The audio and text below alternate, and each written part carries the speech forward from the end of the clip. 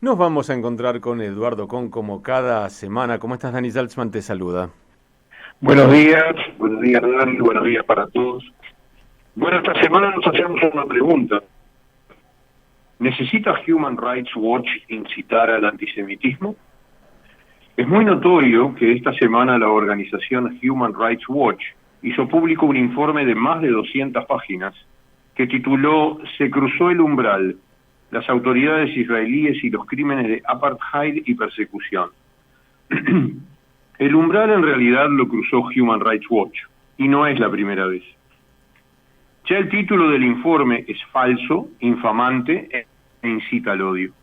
La organización tiene su sede en Estados Unidos y desde allí emitió este libelo, a través del cual no solo difama y miente sobre Israel, sino que al emitirlo y comentarlo desde muy lejos del Medio Oriente, se convierte en una herramienta para que los antisemitas ataquen de nuevo.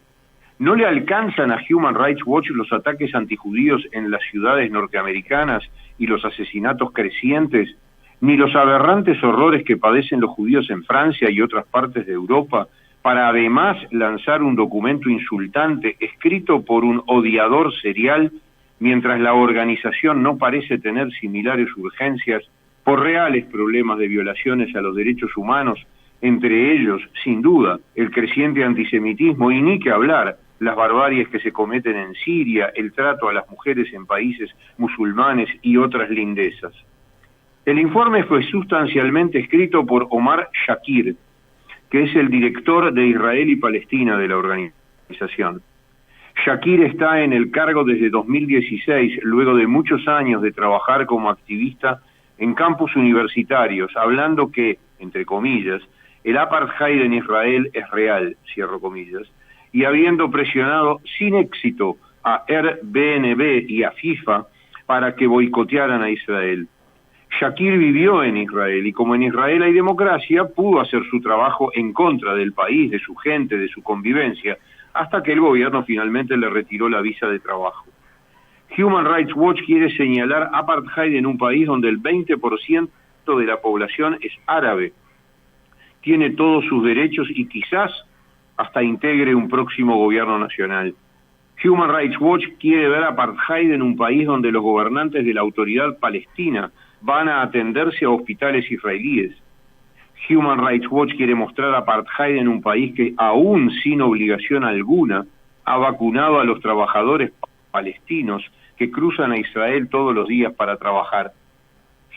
Human Rights Watch no quiere ver ni por asomo que Gaza está bajo gobierno del movimiento terrorista Hamas hace 16 años, que lanza cohetes contra civiles israelíes indiscriminadamente con o sin acuerdos de tregua, tal como sucedió esta misma semana. Si quiere ver y acusar a Israel de bloquear Gaza, Israel se defiende frente a esta agresión. El bloqueo, y vaya si eso es bloqueo, lo hace Egipto porque tampoco admite la infiltración terrorista de Hamas, pero eso no es significativo para Human Rights Watch.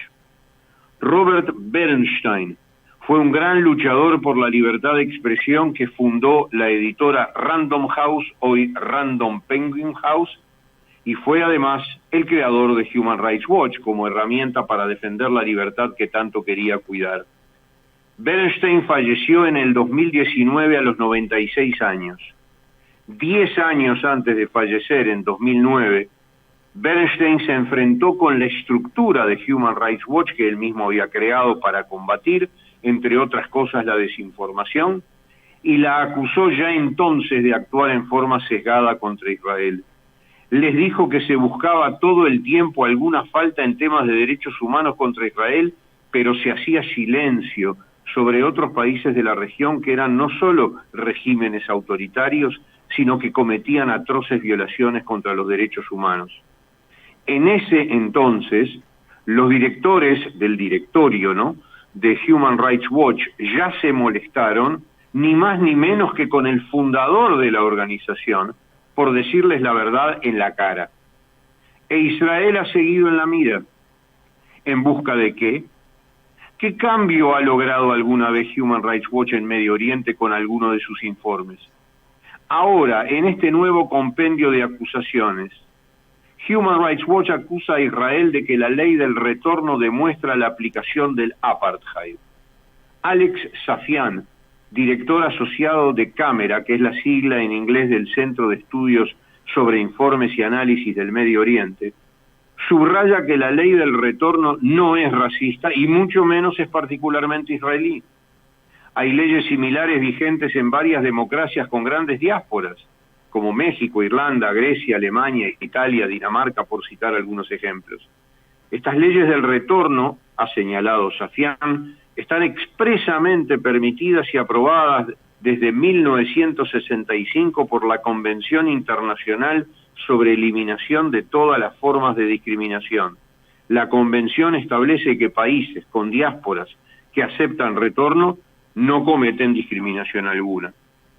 El politólogo y profesor de la Universidad de Bar-Ilan, Gerald Steinberg, es drástico y preciso respecto a la intencionalidad del informe de Human Rights Watch y dice: al trazar una línea directa con África del Sur y al etiquetar al Estado judío como inherentemente racista, el objetivo del informe es deslegitimar el concepto del derecho a la soberanía judía en temas como fronteras y políticas de Estado.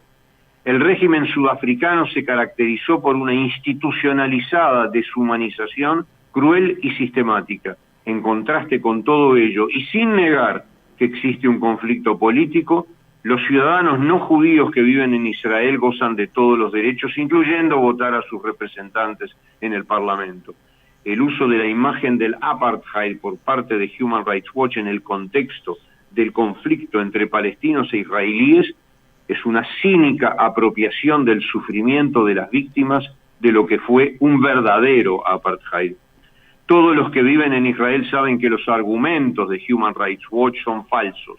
Toda analogía con lo que sufrió la población negra en Sudáfrica en la segunda mitad del siglo XX no solo banaliza y minimiza los horrores que allí se cometieron, sino que además incita al odio, lo cual parece ser su objetivo. Bueno, el conflicto debe ser resuelto, eso nosotros no lo discutimos, creo que no está en discusión. Pero informes que señalan un falso relato y una oprobiosa acusación dan un mensaje muy lejano a la resolución de controversias. Estos informes incitan a que, entre comillas, para reparar el daño, se desmantele al Estado judío. Ese es el mensaje y el objetivo de Hamas, de Irán, de Hezbollah. Human Rights Watch se siente orgullosa de firmar el informe de un vocero del BDS. Cuando lo lanzan al viento sin haber siquiera conversado con alguna autoridad política o de gobierno de Israel, están emitiendo un panfleto y manchan su trayectoria, tal como lo advertía ya su fundador en el 2009, cuando la organización empezó a recorrer este camino. Queremos decir para finalizar que hemos sido testigos presenciales del trabajo de Human Rights Watch en América Latina. Conocemos la dedicación y el coraje, sin duda, que tiene el director de toda esta región para enfrentar y exponer a Venezuela, a Cuba, a Nicaragua y a tantos otros países que han violado y violan derechos humanos. Es un rostro de Human Rights Watch que dignifica lo que quiso su fundador. Nosotros lamentamos que en otras regiones como Medio Oriente se dé cabida a documentos que no son informes, son herramientas para antisemitas que quieren que Israel desaparezca. Es así de triste y así de lamentable. Como siempre, gracias, es más que claro y nosotros te mandamos un abrazo muy, muy grande, cuídense mucho por allí en Uruguay y por supuesto nos encontraremos en la próxima semana. Te mandamos un abrazo y un Shabbat Shalom.